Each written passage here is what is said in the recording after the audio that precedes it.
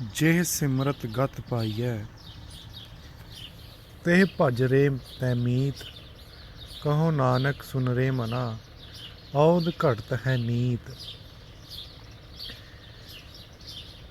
ਅੱਗੇ ਗੁਰੂ ਜੀ ਕਹਿੰਦੇ ਨੇ ਕਿ ਜਿਸ ਨੂੰ ਸਿਮਰਨ ਦੇ ਨਾਲ, ਜਿਸ ਨੂੰ ਯਾਦ ਕੀਤਿਆਂ ਗਤ ਪਾਈ ਹੈ, ਤੇਰੀ ਮੁਕਤੀ ਹੋ ਜਾਏ, ਤੂੰ ਗਤੀ ਪਾ ਜਾਏ। ਤੇ ਭਜ ਰੇ ਤੈ ਮੀਤ, ਉਸ ਨੂੰ ਯਾਦ ਕਰ, ਉਸ ਨੂੰ ਬਾਰ-ਬਾਰ ਮੈਡੀਟੇਟ ਔਨ ਹਿਮ। ਤੈ ਮੀਤ, ਹੈ ਮੇਰੇ ਮਿੱਤਰ, ਓ ਮਾਈ ਫਰੈਂਡ।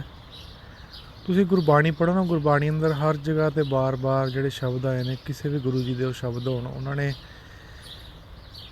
ਜਿਹੜੇ ਵਰਡ ਯੂਜ਼ ਕੀਤੇ ਨੇ ਉਹ ਯੂਜ਼ ਕੀਤੇ ਨੇ ਸਖੀ, ਮੀਤ, ਭਾਈ। ਗੁਰੂ ਜੀ ਨੇ ਜਿਹੜਾ ਸੀਕਰ ਹੈ, ਜਿਹੜਾ ਇੱਕ ਸਿੱਖ ਹੈ, ਉਸ ਨੂੰ ਆਪਣੇ ਤੋਂ ਨੀਵਾਂ ਨਹੀਂ ਸਮਝਿਆ।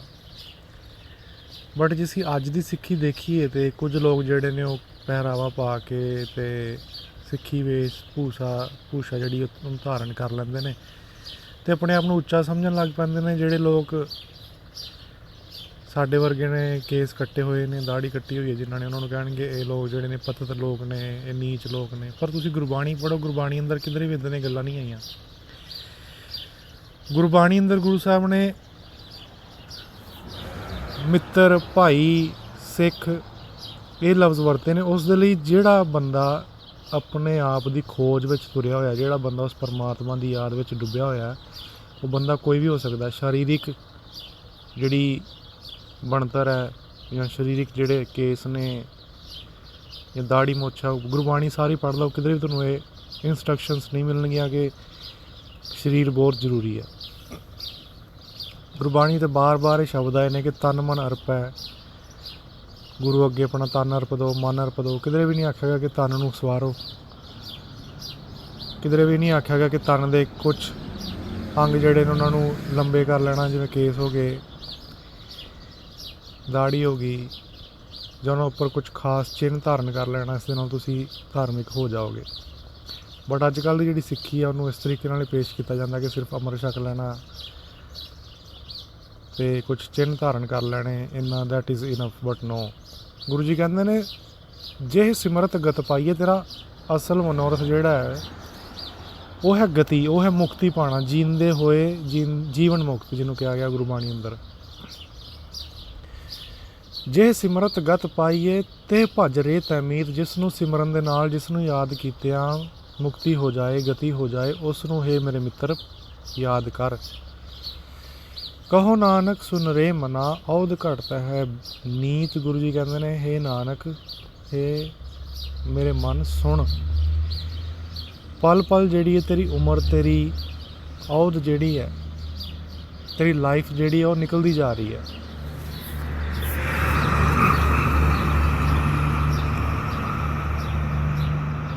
ਹਰ ਪਲ ਜਿਹੜਾ ਹੈ, ਰਵਿਦਾਸ ਜੀ ਕਹਿੰਦੇ ਨੇ ਜੋ ਦਿਨ ਆਵੈ ਸੋ ਦਿਨ ਜਾਹੀ, ਕਰਨਾ ਕੂਚ ਰਹਿਣ ਥਿਰ ਨਾਹੀ। ਕਿ ਜਿਹੜਾ ਵੀ ਦਿਨ ਆ ਰਿਹਾ, ਜਿਹੜਾ ਵੀ ਦਿਨ ਚੜ੍ਹਦਾ, ਜੋ ਦਿਨ ਆਵੈ ਸੋ ਦਿਨ ਜਾਹੀ, ਉਹ ਹੌਲੀ ਹੌਲੀ ਕਰਕੇ ਜਾਂਦਾ, ਹੌਲੀ ਹੌਲੀ ਕਰਕੇ ਚਲਾ ਜਾ ਰਿਹਾ। ਕਰਨਾ ਕੂਚ, ਇੱਥੋਂ ਚਲੇ ਜਾਣਾ, ਰਹਿਣ ਥਿਰ ਨਾਹੀ, ਇੱਥੇ ਥਿਰ ਨਹੀਂ ਰਹਿਣਾ, ਹਮੇਸ਼ਾ ਨਹੀਂ ਰਹਿਣਾ ਇਸ ਦੁਨੀਆ ਦੇ ਅੰਦਰ। ਜਿਵੇਂ ਪਿਛਲੇ ਸ਼ਬਦਾਂ ਦੇ ਅੰਦਰ ਗੁਰੂ ਸਾਹਿਬ ਜੀ ਨੇ ਮੌਤ ਦੀ ਗੱਲ ਕੀਤੀ ਸੀ, ਮੈਂ ਗੱਲ ਕੀਤੀ ਸੀ ਕਿ ਜੇ ਤੁਹਾਨੂੰ ਮੌਤ ਯਾਦ ਰਹੇ ਅਤੇ ਫਿਰ ਜਿਹੜੀ ਹੈ ਭਗਤੀ ਕਰਨੀ ਬਹੁਤ ਸੌਖੀ ਹੈ। ਜਦੋਂ ਮੌਤ ਯਾਦ ਰਹੇ ਅਤੇ ਫਿਰ ਤੁਹਾਨੂੰ ਇਹ ਯਾਦ ਰਹਿੰਦਾ ਕਿ ਜੀਵਨ ਜਿਹੜਾ ਹੈ, ਟਾਈਮ ਜਿਹੜਾ ਨਿਕਲਦਾ ਜਾ ਰਿਹਾ, ਮੈਨੂੰ ਉਸ ਨੂੰ ਜਾਣਨਾ ਹੈ ਜਿਸ ਨੂੰ ਜਾਣਿਆ ਸਭ ਜਾਣ ਲਿਆ ਜਾਂਦਾ। ਸੋ ਗੁਰੂ ਜੀ ਕਹਿੰਦੇ ਨੇ ਜੇ ਸਿਮਰਤ ਗਤ ਪਾਈਏ ਤੇ ਭਜ ਰੇ ਤੈ ਮੀਤ।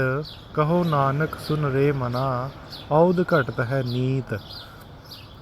ਹਰ ਵੇਲੇ ਮੋਮੈਂਟ ਟੂ ਮੋਮੈਂਟ ਜਿਹੜੀ ਹੈ ਤੇਰੀ ਮੌਤ ਜਿਹੜੀ ਹੈ, ਜ਼ਿੰਦਗੀ ਘਟਦੀ ਜਾ ਰਹੀ ਹੈ, ਮੌਤ ਨੇੜੇ ਆਉਂਦੀ ਜਾ ਰਹੀ ਹੈ। ਮੌਤ ਦਾ ਕੋਈ ਪਤਾ ਨਹੀਂ ਕਦੋਂ ਆ ਜਾਏ। ਕਿਉਂਕਿ ਅੱਗੇ ਗੁਰੂ ਜੀ ਕਹਿੰਦੇ ਨੇ ਪੰਜ ਤੱਤ ਕੋ ਤਨ ਰਚੇ। ਉਹ ਜਿਹੜਾ ਤੇਰਾ ਤਨ ਰਚਿਆ, ਜਿਹੜਾ ਤਨ ਹੈ ਤੇਰਾ, ਜਿਹੜਾ ਤੇਰੀ ਬੋਡੀ ਹੈ, ਜਿਹੜਾ ਤੇਰਾ ਸਰੀਰ ਹੈ, 5 ਐਲੀਮੈਂਟਸ ਤੋਂ ਬਣਿਆ। ਉਹ 5 ਐਲੀਮੈਂਟਸ ਜਿਹੜੀਆਂ ਨੇ ਉਹ ਨਸ਼ਵਰ ਨੇ, ਉਹ ਖਤਮ ਹੋਣ ਵਾਲੀਆਂ ਨੇ। ਜਾਨੋ ਚਤੁਰ ਸੁਜਾਨ, ਪਰ ਤੇਰਾ ਕੀ ਹੈ, ਤੂੰ ਆਪਣੇ ਆਪ ਨੂੰ ਬੜਾ ਚਤੁਰ, ਆਪਣੇ ਆਪ ਨੂੰ ਬੜਾ ਸੋਹਣਾ, ਆਪਣੇ ਆਪ ਨੂੰ ਬੜਾ ਕਲੈਵਰ ਸਮਝਦਾ ਹੈ। ਤੈਨੂੰ ਲੱਗਦਾ ਕਿ ਨਹੀਂ, ਇਹ ਧਰਮ ਦੀਆਂ ਗੱਲਾਂ ਤਾਂ ਇੱਦਾਂ ਹੀ ਬਕਵਾਸ ਹੈ ਕਿ ਕੋਈ ਰੱਬ ਨਹੀਂ ਹੈ, ਕੋਈ ਪਰਮਾਤਮਾ, ਕੀ ਆਪਣੇ ਆਪ ਨੂੰ ਖੋਜਣਾ, ਮੈਂ ਤਾਂ ਆਪਣੇ ਆਪ ਨੂੰ ਜਾਣਦਾ ਹੀ ਹਾਂ। मेरा नाम है फलाना है, इन्ना मैं पढ़िया होया, ये मैं जॉब करदा, ये मेरे मम्मी डैडी ने, ये मेरा सारा समाज है, ये मेरे गुरु ने, ये मेरा धर्म है। मैं तो अपने आप को जानदा ही, अपने आप को की जानना, मैनू पता परमात्मा है, होर की जानना नहीं। बट जे तुसी इन्ना कुछ जानते हो पर अंदर तुहानूं फिर भी किधरे ना किधरे किसी ना किसी कोने 'च कोई कमी महसूस होंदी रहेगी। सब कुछ जानदियां होया भी किधरे ना किधरे तुहाडे मन के अंदर वो आनंद नहीं होएगा जिन्हों गुरबाणी अंदर आनंद पिया मेरी माए। गुरु अमरदास जी आखते हैं कि सतगुरु मैं पाया, सतगुरु का पाया सहज सेती। सहज नहीं होएगा तुहाडे अंदर, तुसी हर वेले तुहाडे मन के अंदर भज दौड़ जिहड़ी है, तुरी किधरे जाना है, किधरे पहुँचना है, कुछ करना है, कुछ पाना है, ये चीज़ों की लालसा बनी रहेगी। तो जब तक ये सब कुछ तुहाडे मन के अंदर बनया होया दौड़ है, टिका नहीं, उद तक मुक्ति नहीं। सो गुरु जी कहते हैं पंच तत्त को तन रचे, जो तन तेरा तेरी बॉडी जी है 5 एलीमेंट्स तो बनी है। जानो चतुर सुजान, तू अपने आप को ये बॉडी समझ के बड़ा चतुर बनया होया, बड़ा क्लैवर बनया होया, बड़ा समझदार बनया होया, बड़ा सुजान बनया होया, अपने आप बड़ा तू सुंदर समझदा है। कहते नहीं, ये बॉडी के अंदर जो वसदा कुछ वो है मौत, जी मौत हौली हौली वध रही है, इस बॉडी के अंदर ऑलरेडी चल रही है। जिदन तू पैदा होया सी उस समय के नाल मौत भी जी है वो अपनी डेस्टिनेशन वाल तुर पई है तेनों लैन दे लई। जिवें एक इत्थे मैनूं स्टोरी याद आई है कि एक राजा रात नूं सुत्ता होया ते उहनूं सपना आया, सपने के अंदर एक काली छाया ਉਹਦੇ ਮੋਢੇ ਤੇ ਆ ਕੇ ਹੱਥ ਰੱਖਦੀ ਹੈ ਤੇ ਉਹਨੂੰ ਰਾਜਾ ਜਦੋਂ ਪਿੱਛੇ ਮੁੜ ਕੇ ਵੇਖਦਾ ਤੇ ਕਾਲੀ ਛਾਇਆ ਖੜੀ ਹੈ ਤੇ ਉਹਨੂੰ ਪੁੱਛਦਾ ਤੂੰ ਕੌਣ ਹੈ। ਤੇ ਉਹ ਕਾਲੀ ਛਾਇਆ ਜਿਹੜੀ ਹੈ, ਕਾਲੀ ਉਹ ਡਾਰਕਨੈਸ ਜਿਹੜੀ ਸੀ, ਉਹ ਕਹਿੰਦੀ ਮੈਂ ਮੌਤ ਹਾਂ। ਰਾਜਾ ਡਰ ਗਿਆ, ਉਹ ਕਹਿੰਦਾ ਤੈਨੂੰ ਕੀ ਚਾਹੀਦਾ। ਤੇ ਉਹ ਜਿਹੜੀ ਕਾਲੀ ਛਾਇਆ ਸੀ ਉਹ ਕਹਿਣ ਲੱਗੀ ਮੈਂ ਤੈਨੂੰ ਦੱਸਣ ਆਈ ਹਾਂ ਕਿ ਅੱਜ ਤੇਰਾ ਆਖਰੀ ਦਿਨ ਹੈ ਤੇ ਠੀਕ ਸਮੇਂ ਤੇ ਠੀਕ ਜਗ੍ਹਾ ਤੇ ਪਹੁੰਚ ਜਾਈ। ਜਦੋਂ ਉਹਨੇ ਇਹ ਗੱਲ ਆਖੀ ਤੇ ਰਾਜੇ ਨੇ ਜਿਹੜੀ ਹੈ ਨਾਈਟਮੇਅਰ ਸੀ, ਉਹ ਇੱਕਦਮ ਉੱਠਿਆ ਘਬਰਾਇਆ ਹੋਇਆ, ਉੱਠਿਆ, ਉੱਠ ਕੇ ਦੇਖਿਆ ਟਾਈਮ ਕੀ ਹੋਇਆ, ਪਾਣੀ ਪੀਤਾ, ਉੱਠ ਕੇ ਬਾਹਰ ਗਿਆ ਆਪਣੇ ਜਿਹੜਾ ਉਹਦਾ ਰਾਜ ਭਜਨ ਸਮਰਾਜਿਆ ਸੀ, ਕਕਸ਼ ਜਿੱਥੇ ਰਾਜਾ ਬਹਿੰਦਾ ਸੀ। ਜਾ ਕੇ ਉਹਨੇ ਆਪਣੇ ਮੰਤਰੀ ਇਕੱਠੇ ਕੀਤੇ, ਰਾਜ ਦੇ ਵਿੱਚ ਜਿਹੜੇ ਵੱਡੇ ਵੱਡੇ ਪੰਡਿਤ ਸੀ, ਗਿਆਨੀ ਸੀ, ਉਹਨਾਂ ਨੂੰ ਬੁਲਾਇਆ ਕਿ ਮੈਨੂੰ ਇੱਦਾਂ ਦਾ ਸੁਪਨਾ ਆਇਆ, ਦੱਸੋ ਮੈਨੂੰ ਸੁਪਨੇ ਦਾ ਮਤਲਬ ਕੀ ਹੈ। ਕਹਿੰਦੇ ਨੇ ਬੜੀ ਰਾਜ ਸਭਾ ਬੈਠੀ, ਬੜਾ ਚਰਚਾ ਹੋਈ, ਬੜੇ ਜਿਹੜੇ ਨੇ ਸ਼ਾਸਤਰ ਖੋਲ੍ਹੇ ਗਏ, ਸਮਝ ਉਸ ਜਿਹੜਾ ਸੁਪਨਾ ਆਇਆ ਸੀ ਉਸ ਰਾਜੇ ਨੂੰ ਉਹਦਾ ਮਤਲਬ ਖੋਜਣ ਦੀ ਕੋਸ਼ਿਸ਼ ਕੀਤੀ ਗਈ। ਹੌਲੀ ਹੌਲੀ ਟਾਈਮ ਲੰਘਣ ਲੱਗਾ, ਦੁਪਹਿਰ ਹੋ ਗਈ ਤੇ ਰਾਜੇ ਦੇ ਕਿਸੇ ਮੰਤਰੀ ਨੇ ਰਾਜੇ ਨੂੰ ਸਲਾਹ ਦਿੱਤੀ ਕਿ ਇੱਦਾਂ ਤੇ ਟਾਈਮ ਲੰਘਦਾ ਜਾ ਰਿਹਾ, ਮੌਤ ਨੇ ਤੁਹਾਨੂੰ ਆਖਿਆ ਕਿ ਸ਼ਾਮ ਤੋਂ ਪਹਿਲਾਂ ਜਿਹੜਾ ਸ਼ਾਮ ਦਾ ਸਮਾਂ ਹੈ, ਸ਼ਾਮ ਤੋਂ ਪਹਿਲਾਂ ਪਹਿਲਾਂ ਮੈਂ ਤੈਨੂੰ ਲੈਣ ਆਵਾਂਗੀ ਤੇ ਠੀਕ ਆਪਣੀ ਜਗ੍ਹਾ 'ਤੇ ਉਸ ਸਮੇਂ 'ਤੇ ਉਸ ਜਗ੍ਹਾ 'ਤੇ ਪਹੁੰਚ ਜਾਈ। ਤੇ ਉਸ ਮੰਤਰੀ ਨੇ ਆਖਿਆ ਮੈਨੂੰ ਨਹੀਂ ਲੱਗਦਾ ਕਿ ਕੋਈ ਇਹ ਪੰਡਤ ਜਿਹੜੇ ਨੇ ਸ਼ਾਸਤਰਾਂ 'ਚੋਂ ਕੁਝ ਕੱਢ ਸਕਣਗੇ, ਸੁਪਨੇ ਦਾ ਹੱਲ, ਉਹਦੀ ਟਰਾਂਸਲੇਸ਼ਨ ਕੋਈ ਕਰ ਸਕਣਗੇ ਕਿ ਉਹਦਾ ਮਤਲਬ ਕੀ ਹੈ। ਤੁਸੀਂ ਇੱਦਾਂ ਕਰੋ, ਜਿਹੜਾ ਰਾਜ ਦੇ ਅੰਦਰ ਤੁਹਾਡੇ ਕੋਲ ਸਭ ਤੋਂ ਤੇਜ਼ ਭੱਜਣ ਵਾਲਾ ਘੋੜਾ ਉਹ ਲੈ ਲਓ ਅਤੇ ਉਸ ਘੋੜੇ ਨੂੰ ਲੈ ਕੇ ਤੁਸੀਂ ਜਿੰਨਾ ਦੂਰ ਨਿਕਲ ਸਕਦੇ ਹੋ ਉਸ ਨਿਕਲ ਜਾਓ, ਕਿਉਂਕਿ ਜਿੰਨੇ ਦੂਰ ਤੁਸੀਂ ਜਾਓਗੇ ਮੌਤ ਤੁਹਾਨੂੰ ਨਹੀਂ ਲੱਭ ਪਾਏਗੀ। ਵੀ ਮੌਤ ਤੁਹਾਨੂੰ ਮਿਲਣ ਵੀ ਆਏਗੀ, ਲੈਣ ਵੀ ਆਏਗੀ, ਅਤੇ ਇਸੇ ਮਹਿਲ ਦੇ ਅੰਦਰ ਆਏਗੀ ਜਿੱਥੇ ਤੁਸੀਂ ਰਹਿੰਦੇ ਹੋ।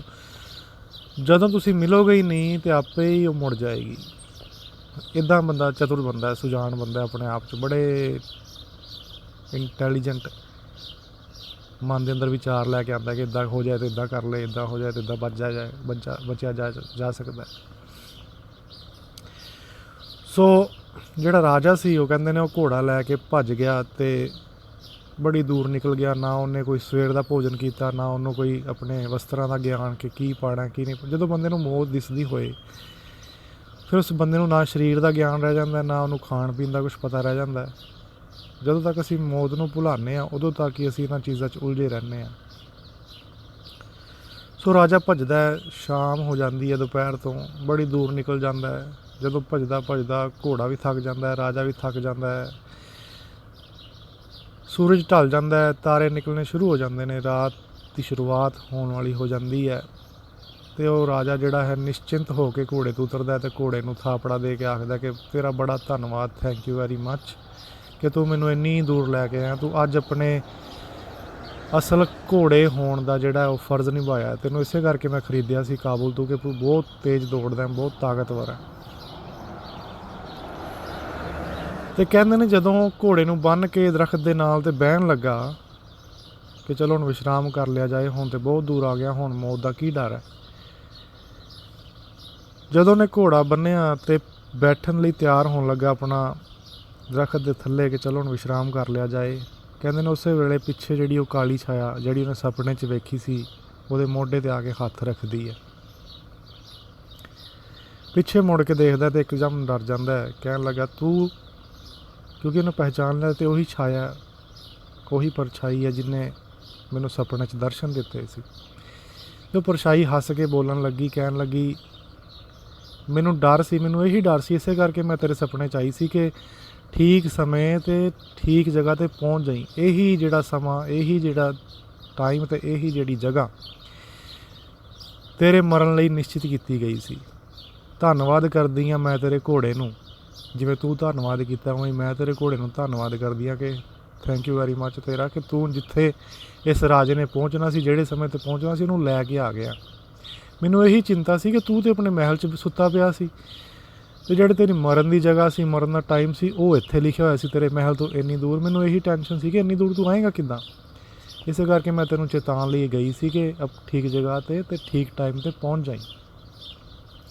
ਸੋ ਕਹਿੰਦੇ ਨੇ ਉਸ ਜਗ੍ਹਾ 'ਤੇ ਉਸ ਟਾਈਮ ਉਹ ਮੌਤ ਜਿਹੜੀ ਉਸ ਰਾਜੇ ਨੂੰ ਲੈ ਗਈ। ਸੋ ਜਿੰਨਾ ਮਰਜ਼ੀ ਬੰਦਾ ਚਤੁਰ ਬਣ ਜਾਏ, ਜਿੰਨਾ ਮਰਜ਼ੀ ਬੰਦਾ ਸਿਆਣਾ ਆਪਣੇ ਆਪ ਨੂੰ ਸਮਝੀ ਜਾਏ ਕਿ ਮੈਂ ਇੱਦਾਂ ਕਰ ਲਵਾਂ, ਮੈਂ ਉੱਦਾਂ ਕਰ ਲਵਾਂ, ਮੈਂ ਇੱਦਾਂ ਦੁਨੀਆ ਨੂੰ ਪਿੱਛੇ ਹਟਾ ਦਾਂਗਾ, ਮੈਂ ਪਰਮਾਤਮਾ ਦੀ ਮੈਨੂੰ ਕੋਈ ਲੋੜ ਨਹੀਂ, ਮੇਰੇ ਕੋਲ ਸਭ ਕੁਛ ਹੈ, ਮੈਂ ਬੜਾ ਖੁਸ਼ ਹਾਂ, ਉਹ ਧੋਖਾ ਜਿਹੜਾ ਆਪਣੇ ਆਪ ਨੂੰ ਦੇ ਸਕਦੇ ਹੋ, ਮੌਤ ਨੂੰ ਨਹੀਂ, ਪਰਮਾਤਮਾ ਨੂੰ ਨਹੀਂ। ਸੋ ਗੁਰੂ ਜੀ ਕਹਿੰਦੇ ਨੇ ਪੰਜ ਤੱਤ ਕੋ ਤਨ ਰਚਿਓ। ਇਹ ਤਨ ਜਿਹੜਾ ਪੰਜ ਤੱਤਾਂ ਤੋਂ ਰਚਿਆ, ਉਹ ਪੰਜ ਤੱਤ ਜਿਹੜੇ ਨੇ ਨਸ਼ਵਰ ਨੇ, ਨਾਸ਼ ਹੋਣ ਵਾਲੇ ਨੇ। ਤੇ ਤੂੰ ਆਪਣੇ ਆਪ ਨੂੰ ਸਰੀਰ ਮੰਨ ਕੇ ਬੜਾ ਚਤੁਰ, ਬੜਾ ਸੁਜਾਨ ਬਣਿਆ ਹੋਇਆ, ਬੜਾ ਸਮਝਦਾਰ ਸਮਝਦਾ, ਬੜਾ ਸੋਹਣਾ ਸਮਝਦਾ, ਬੜਾ ਅਕਲਮੰਦ ਸਮਝਦਾ। ਪਰ ਗੁਰੂ ਜੀ ਅੱਗੇ ਕਹਿੰਦੇ ਨੇ ਜਿਸ ਤੇ ਉਪਜਿਓ ਨਾਨਕਾ, ਹੇ ਨਾਨਕ ਜਿਸ ਤੋਂ ਇਹ ਸਭ ਕੁਝ ਪੈਦਾ ਹੋਇਆ, ਜਿਸ ਤੋਂ ਇਹ ਪੰਜ ਤੱਤ ਪੈਦਾ ਹੋਏ ਨੇ, ਲੀਨ ਤਾਹੀਂ ਮੈਂ ਮਾਣ, ਉਸ ਨੂੰ ਜਾਣ ਕੇ ਉਹਦੇ ਵਿੱਚ ਆਪਣਾ ਮੈਂ ਤੇ ਆਪਣਾ ਮਾਣ। ਮੈਂ ਕੀ ਹੈ? ਇਹ ਸਰੀਰ ਨੂੰ ਅਸੀਂ ਮੈਂ ਸਮਝਦੇ ਹਾਂ ਕਿ ਮੈਂ, ਆਈ ਐਮ ਦਿਸ ਬੋਡੀ, ਮੈਂ ਇਹ ਸਰੀਰ ਹਾਂ। ਇਹ ਸਰੀਰ ਨੂੰ ਅਸੀਂ ਮੈਂ ਸਮਝਦੇ ਹਾਂ ਤੇ ਅਸੀਂ ਦੂਜੇ ਸਰੀਰਾਂ ਨੂੰ ਫਿਰ ਸਮਝਦੇ ਹਾਂ ਕਿ ਦੂਜੇ ਸਰੀਰ ਜਿਹੜੇ ਨੇ ਉਹ ਵੀ ਮੇਰੀ ਤਰ੍ਹਾਂ ਸਰੀਰ ਹੀ ਨੇ, ਕਿ ਅਸੀਂ ਆਪਣੇ ਆਪ ਨੂੰ ਸਰੀਰ ਸਮਝਿਆ ਹੋਇਆ, ਬੋਡੀ ਸਮਝੀ ਹੋਈ ਹੈ। ਬਟ ਨਹੀਂ, ਇੱਥੇ ਕੋਈ ਵੀ ਸਰੀਰ ਨਹੀਂ, ਇੱਥੇ ਕੋਈ ਵੀ ਮਨ ਨਹੀਂ, ਇੱਥੇ ਸਿਰਫ ਇੱਕੋ ਹੈ ਭਾਈ, ਇੱਕੋ ਹੈ ਸਾਹਿਬ ਮੇਰਾ, ਇੱਕੋ ਹੈ। ਇੱਥੇ ਇੱਕ ਪਰਮਾਤਮਾ ਹੀ ਅਲੱਗ ਅਲੱਗ ਰੰਗਾਂ 'ਚ, ਅਲੱਗ ਅਲੱਗ ਸਰੀਰਾਂ 'ਚ ਵਰਤ ਰਿਹਾ। ਜਿਵੇਂ ਇੱਕ ਸੁਨਿਆਰ ਇੱਕ ਹੀ ਸੋਨੇ ਤੋਂ ਵੱਖ-ਵੱਖ ਤਰੀਕੇ ਦੇ ਜਿਹੜੇ ਆ ਉਹ ਜਵੈਲਰੀ ਬਣਾਉਂਦਾ, ਕਿਧਰੇ ਕੋਈ ਈਅਰਿੰਗ, ਕਿਧਰੇ ਰਿੰਗ, ਕੋਈ ਨੱਕ 'ਚ ਪਾਉਣ ਵਾਲਾ ਕੋਕਾ, ਕੋਈ ਹੱਥ 'ਚ ਪਾਉਣ ਵਾਲੀਆਂ ਚੂੜੀਆਂ। ਨਾਂ ਵੱਖਰੇ ਵੱਖਰੇ ਨੇ ਪਰ ਉਹਨਾਂ ਦਾ ਜਿਹੜਾ ਤੱਤ ਹੈ, ਸੋਨਾ ਹੈ, ਉਹ ਤਾਂ ਇੱਕੋ ਹੀ ਹੈ। ਇਸੇ ਤਰੀਕੇ ਦੇ ਨਾਲ ਹਰ ਇੱਕ ਸੰਸਾਰ ਦੇ ਅੰਦਰ ਜੋ ਵੀ ਅਸੀਂ ਦੇਖਦੇ ਹਾਂ ਉਹ ਪਰਮਾਤਮਾ ਹੀ ਹੈ, ਬਟ ਉਹਨੂੰ ਅਸੀਂ ਨਾਮ ਅਤੇ ਰੂਪ ਦੇ ਕਾਰਨ ਅਲੱਗ ਸਮਝਦੇ ਹਾਂ ਕਿ ਨਹੀਂ ਇਹ ਤਾਂ ਮੈਂ ਹਾਂ, ਇਹ ਤਾਂ ਤੂੰ ਹੈ। ਜਦੋਂ ਤੱਕ ਮੈਂ ਅਤੇ ਤੂੰ ਹੈ, ਜਦੋਂ ਤੱਕ ਮੈਂ ਅਤੇ ਮਾਣ ਹੈ। ਮਾਣ ਕਿਹਦਾ ਹੁੰਦਾ ਹੈ? ਜਿਹੜੀਆਂ ਚੀਜ਼ਾਂ ਅਸੀਂ ਇਕੱਠੀਆਂ ਕਰ ਲੈਂਦੇ ਹਾਂ ਕਿ ਮੈਂ, ਮੇਰੀਆਂ, ਉਹ ਮਾਣ ਹੁੰਦਾ ਹੈ। ਸੋ ਗੁਰੂ ਜੀ ਕਹਿੰਦੇ ਨੇ ਜਿਸ ਤੇ ਉਪਜਿਓ ਨਾਨਕਾ, ਜਿਸ ਤੋਂ ਇਹ ਸਭ ਕੁਝ ਉਪਜਿਆ, ਜਿਸ ਤੋਂ ਤੇਰੇ ਪੰਜ ਤੱਤ ਦਾ ਸਰੀਰ ਉਪਜਿਆ, ਉਸ ਨੂੰ ਜਾਣ ਲੈ ਤੇ ਉਹਦੇ ਵਿੱਚ ਕੀ ਕਰ, ਲੀਨ ਤਾਹੀਂ ਮੈਂ ਮਾਨ, ਉਹਦੇ ਵਿੱਚ ਮੈਂ ਤੇ ਮਾਨ ਲੀਨ ਕਰਦੇ। ਮੈਂ ਤੇ ਮਾਨ ਲੀਨ ਕਦੋਂ ਹੋਏਗਾ? ਜਦੋਂ ਤੈਨੂੰ ਆਪਣੀ ਇਸ ਸਰੀਰ ਦਾ ਸੱਚ ਪਤਾ ਲੱਗ ਜਾਏਗਾ ਕਿ ਤਨ ਜਿਹੜਾ ਹੈ ਇਹ ਚਲਾ ਜਾਏਗਾ, ਇਹ ਪੰਜ ਤੱਤਾਂ ਤੋਂ ਬਣਿਆ, ਇਹਦੇ 'ਤੇ ਮਾਣ ਕਰਨ ਵਾਲੀ ਕੋਈ ਵੀ ਗੱਲ ਨਹੀਂ। ਇਹ ਤੋਂ ਜੋ ਵੀ ਤੁਸੀਂ ਇਕੱਠਾ ਕੀਤਾ, ਬਾਹਰ ਦੀਆਂ ਵਸਤੂਆਂ, ਬਾਹਰ ਦੀਆਂ ਚੀਜ਼ਾਂ, ਰਿਸ਼ਤੇ ਨਾਤੇ, ਉਹ ਵੀ ਸਭ ਜਾਣ ਵਾਲੇ ਨੇ, ਥੋੜ੍ਹੇ ਸਮੇਂ ਲਈ ਨੇ। ਸੋ ਜਿਹੜਾ ਮੈਂ ਤੇ ਮਾਣ ਉਸ ਵੇਲੇ ਬੰਦੇ ਦੇ ਅੰਦਰ ਪੈਦਾ ਹੁੰਦਾ ਜਦੋਂ ਬੰਦਾ ਬੇਹੋਸ਼ੀ ਦੇ ਵਿੱਚ ਜਿੰਦਾ, ਜਦੋਂ ਬੰਦਾ ਆਪਣੇ ਆਪ ਨੂੰ ਸਭ ਕੁਝ ਸਮਝ ਕੇ ਜਿੰਦਾ, ਜਦੋਂ ਬੰਦਾ ਮੌਤ ਨੂੰ ਭੁਲਾ ਕੇ ਜਿੰਦਾ, ਜਦੋਂ ਬੰਦਾ ਪਰਮਾਤਮਾ ਨੂੰ ਭੁਲਾ ਕੇ ਜਿੰਦਾ। ਕਿ ਮੈਂ ਹੀ ਇੱਥੇ ਦਾ ਰਾਜਾ, ਮੈਂ ਤੇ ਦੁਨੀਆ 'ਤੇ ਰਾਜ ਕਰਨ ਲਈ ਆਇਆ, ਮੈਂ ਹੀ ਸਭ ਕੁਛ ਹਾਂ। ਮੈਂ ਜਦੋਂ ਕੇਂਦਰ ਹੁੰਦਾ ਬੰਦੇ ਦੇ ਜ਼ਿੰਦਗੀ ਦਾ, ਉਦੋਂ ਬੰਦਾ ਜਿਹੜਾ ਸਭ ਕੁਝ ਕਰਦਾ ਹੋਇਆ, ਸਭ ਕੁਝ ਜੋ ਵੀ ਇਕੱਠਾ ਕਰਦਾ, ਉਹਦੇ 'ਤੇ ਮਾਣ ਕਰਦਾ ਕਿ ਮੇਰਾ, ਮੇਰੇ ਬੱਚੇ, ਮੇਰੀ ਪਤਨੀ, ਮੇਰਾ ਘਰ, ਮੇਰਾ ਬਿਜ਼ਨਸ, ਮੇਰਾ ਗੁਰੂ, ਮੇਰਾ ਧਰਮ, ਮੇਰਾ ਰੱਬ। ਇਹ ਬੜੀ ਸਟਰੇਂਜ ਗੱਲ ਹੈ, ਬੜੀ ਵਿਚਿੱਤਰ ਜੀ ਇੱਕ ਗੱਲ ਹੈ ਕਿ ਧਰਮ ਨਾਲ ਜੁੜਨਾ ਸੀ ਅਸੀਂ। ਧਰਮ ਨਾਲ ਅਸੀਂ ਇਸ ਕਰਕੇ ਜੁੜਦੇ ਹਾਂ ਕਿ ਸਾਡੇ ਜੀਵਨ 'ਚੋਂ ਜਿਹੜਾ ਉਹ ਮੈਂ ਮੁੱਕ ਜਾਏ। ਬਟ ਮੈਂ ਦੇਖਿਆ ਕਿ ਲੋਕ ਧਰਮ ਨਾਲ ਜੁੜ ਕੇ ਵੀ ਉਹ ਜਿਹੜਾ ਮੈਂ ਵੱਡਾ ਕਰ ਲੈਂਦੇ ਨੇ ਕਿ ਮੇਰਾ ਧਰਮ, ਮੇਰਾ ਗੁਰੂ, ਮੈਂ ਆਪਣੇ ਧਰਮ ਦੀ ਰਕਸ਼ਾ ਕਰਨੀ ਹੈ। ਤੁਸੀਂ ਆਪਣੇ ਧਰਮ ਦੀ ਰਕਸ਼ਾ ਨਹੀਂ ਕਰਨੀ, ਧਰਮ ਨੇ ਤੁਹਾਡੀ ਰਕਸ਼ਾ ਕਰਨੀ ਹੈ। ਸੋ ਗੁਰੂ ਜੀ ਬੜਾ ਸੋਹਣਾ ਗੁਰਬਾਣੀ ਅੰਦਰ ਬਾਰ-ਬਾਰ ਇਹ ਸਾਨੂੰ ਸਮਝਾਉਂਦੇ ਨੇ ਕਿ ਮੌਤ ਨੂੰ ਯਾਦ ਰੱਖੋ, ਮੌਤ ਨੂੰ ਹਮੇਸ਼ਾ ਚੇਤੇ ਰੱਖੋ ਅਤੇ ਉਸ ਦੀ ਖੋਜ ਕਰ ਲਓ ਜਿਹੜਾ ਮੌਤ ਤੋਂ ਪਾਰ ਹੈ, ਜਿਹੜਾ ਅਕਾਲ ਪੁਰਖ ਹੈ, ਜਿਹਨੂੰ ਮੌਤ ਟੱਚ ਨਹੀਂ ਕਰਦੀ। ਉਹ ਸਾਡੇ ਅੰਦਰ ਹੀ ਹੈ। ਸਭ ਜਾਣਦੇ ਨੇ ਕਿ ਸਾਡੇ ਅੰਦਰ ਹੈ, ਪਰ ਅਸੀਂ ਇੰਨੇ ਬੇਈਮਾਨ ਹਾਂ। ਜਿਹਨੂੰ ਪੁੱਛੋ ਨਾ ਕਦੀ ਤੁਸੀਂ ਕਿਸੇ ਨੂੰ ਕਿ ਪਰਮਾਤਮਾ ਕਿੱਥੇ ਹੈ, ਤਾਂ ਕਹਿਣਗੇ ਅੰਦਰ ਹੀ ਹੈ। ਬਟ ਜੇ ਤੁਹਾਨੂੰ ਪਤਾ ਹੈ ਕਿ ਪਰਮਾਤਮਾ ਅੰਦਰ, ਤਾਂ ਤੁਸੀਂ ਬਾਹਰ ਕੀ ਖੋਜਦੇ ਪਏ ਹੋ? ਇਸ ਦੁਨੀਆ 'ਚ ਜੇ ਕੁਝ ਪਾਉਣ ਵਾਲਾ, ਉਹ ਸਭ ਤੋਂ ਮਹਿੰਗੀ ਜੇ ਕੋਈ ਚੀਜ਼ ਹੈ ਉਹ ਪਰਮਾਤਮਾ, ਅਤੇ ਸਭ ਤੋਂ ਸਸਤੀ ਵੀ, ਕਿਉਂਕਿ ਉਸ ਦੇ ਲਈ ਕੋਈ ਪੈਸਾ ਤੁਹਾਨੂੰ ਨਹੀਂ ਦੇਣਾ ਪੈਂਦਾ। ਉਸ ਦੇ ਲਈ ਤੁਹਾਨੂੰ ਕੋਈ ਦੁਨਿਆਵੀ ਚੀਜ਼ਾਂ ਨਹੀਂ ਦੇਣੀਆਂ ਪੈਂਦੀਆਂ। ਉਸ ਦੇ ਲਈ ਤੁਹਾਨੂੰ ਆਪਣਾ ਆਪ ਦੇਣਾ ਪੈਂਦਾ। ਅਸੀਂ ਜਾਣਦੇ ਹਾਂ ਕਿ ਪਰਮਾਤਮਾ ਅੰਦਰ ਹੈ, ਪਰ ਫਿਰ ਵੀ ਅਸੀਂ ਹਰ ਵੇਲੇ ਬਾਹਰ ਭੱਜਦੇ ਰਹਿੰਦੇ ਹਾਂ, ਜੋ ਸਾਡੀ ਬੜੀ ਵੱਡੀ ਮੂਰਖਤਾ ਹੈ। ਅਸੀਂ ਬੇਈਮਾਨ ਲੋਕ ਹਾਂ, ਪਖੰਡੀ ਲੋਕ ਆ, ਹਿਪੋਕਰੇਟਸ। ਤੁਹਾਨੂੰ ਪਤਾ ਹੋਵੇ ਕਿ ਖਜ਼ਾਨਾ ਤੁਹਾਡੇ ਘਰ ਦੇ ਅੰਦਰ ਪਿਆ, ਬਟ ਫਿਰ ਵੀ ਤੁਸੀਂ ਬਾਹਰ ਭਿਖਾਰੀਆਂ ਵਾਂਗ ਹੱਥ ਫੈਲਾ ਕੇ ਘੁੰਮਦੇ ਰਹੋ, ਅਤੇ ਤੁਸੀਂ ਕੀ ਹੋ? ਤੁਸੀਂ ਪਖੰਡੀ ਹੋ। ਜੇ ਤੁਹਾਨੂੰ ਕੋਈ ਬਾਹਰ ਟੱਕਰੇ ਤੇ ਪੁੱਛੇ ਖਜ਼ਾਨਾ ਕਿੱਥੇ ਦੱਬਿਆ ਹੋਇਆ, ਤੁਸੀਂ ਕਹੋ ਮੇਰੇ ਘਰ ਦੱਬਿਆ ਹੋਇਆ। ਬਟ ਤੁਹਾਡੀ ਕੋਈ ਹਾਲਤ ਵੇਖੇ, ਫਟੇ ਪੁਰਾਣੇ ਕੱਪੜੇ, ਜਰਜਰ ਸਰੀਰ, ਅੱਖਾਂ 'ਚ ਕੋਈ ਚਮਕ ਨਹੀਂ, ਬੁਰੇ ਹਾਲ, ਅਤੇ ਉਹ ਕਹਿ ਸਕਦਾ ਕਿ ਤੁਹਾਡੇ ਘਰ ਖਜ਼ਾਨਾ ਪਿਆ ਹੋਇਆ?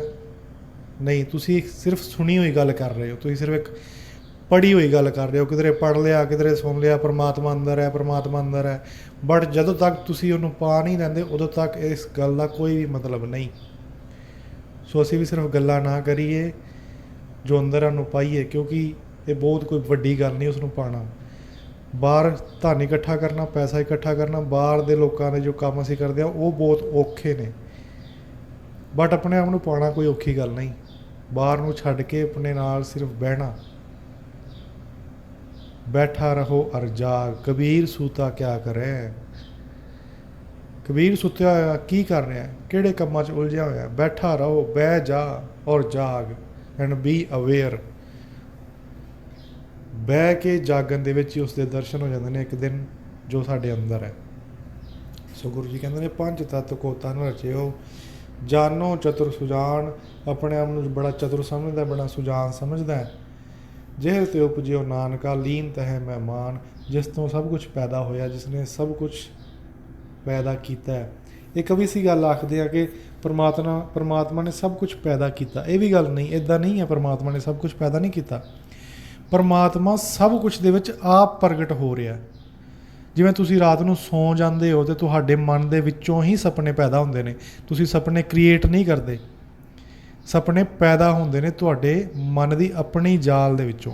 ਇਸ ਤਰੀਕੇ ਦੇ ਨਾਲ ਹੀ ਇਹ ਪਰਮਾਤਮਾ ਦੇ ਵਿੱਚੋਂ ਪ੍ਰਗਟ ਹੋ ਰਿਹਾ ਹਰ ਕੁਝ, ਸਾਰਾ ਸੰਸਾਰ।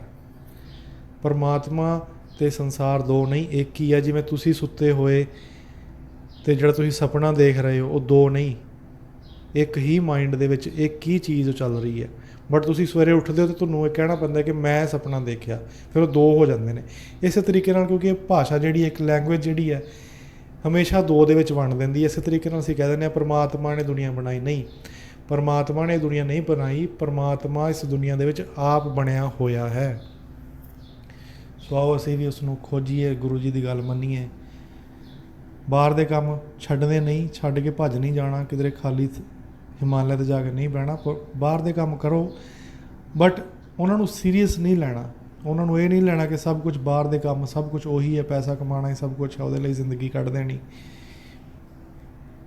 ਜਾਂ ਲੋਕਾਂ ਦੀਆਂ ਗੱਲਾਂ ਮੰਨ ਕੇ ਉਹਨਾਂ ਦੇ ਪਿੱਛੇ ਚੱਲ ਕੇ ਹੀ ਸਾਰੀ ਜ਼ਿੰਦਗੀ ਕੱਢ ਦੇਣੀ, ਨਹੀਂ। ਜਿਨ੍ਹਾਂ ਨੇ ਜਾਣਿਆ ਉਹਨਾਂ ਦੀ ਗੱਲ ਮੰਨੀਏ। ਗੁਰੂ ਸਾਹਿਬ ਨੇ ਜਾਣਿਆ, ਉਹਨਾਂ ਨੇ ਸਾਨੂੰ ਟੈਕਨੀਕ ਦੱਸੀ ਕਿ ਕਿਵੇਂ ਤੁਸੀਂ ਵੀ ਜਾਣ ਸਕਦੇ ਹੋ। ਸੋ ਪੰਜ ਤਤ ਕੋ ਤਨ ਰਚਿਓ, ਜਾਨੋ ਚਤੁਰ ਸੁਜਾਨ, ਜਿਹ ਤੇ ਉਪਜਿਓ ਨਾਨਕਾ, ਲੀਨ ਤਹਿ ਮੈਂ ਮਾਨ। ਆਪਣਾ ਮੈਂ, ਆਪਣਾ ਮਾਨ ਉਹਦੇ 'ਚ ਲੀਨ ਕਰ ਦਿਓ। ਜਿਵੇਂ ਅੱਗ ਦੇ ਅੰਦਰ ਸਭ ਕਚਰਾ ਲੀਨ ਹੋ ਜਾਂਦਾ, ਉਸੇ ਤਰੀਕੇ ਨਾਲ ਅਹੰਕਾਰ ਦਾ ਕਚਰਾ, ਮੈਂ ਦਾ ਕਚਰਾ, ਮਾਨ ਦਾ ਕਚਰਾ, ਜਦੋਂ ਤੁਸੀਂ ਪਰਮਾਤਮਾ ਨੂੰ ਜਾਣ ਲੈਂਦੇ ਹੋ, ਉਹਦੇ ਵਿੱਚ ਸਭ ਕਚਰਾ ਜਿਹੜਾ ਹੈ, ਸਭ ਅਹੰਕਾਰ ਲੀਨ ਹੋ ਜਾਂਦਾ, ਸੜ ਜਾਂਦਾ, ਸਵਾਹ ਹੋ ਜਾਂਦਾ, ਅਤੇ ਉਹ ਪਰਮਾਤਮਾ ਹੀ ਬਚਦਾ ਹੈ। ਮੈਂ ਆਸ ਕਰਦਾ ਕਿ ਅਸੀਂ ਵੀ ਉਸ ਅੱਗ ਨੂੰ ਜਾਣੀਏ, ਉਸ ਪਰਮਾਤਮਾ ਨੂੰ ਜਾਣੀਏ, ਜਿਹਦੇ ਵਿੱਚ ਆਪਣਾ ਆਪ ਸਾਡਾ ਸੜ ਕੇ ਸੁਆਹ ਹੋ ਜਾਏ।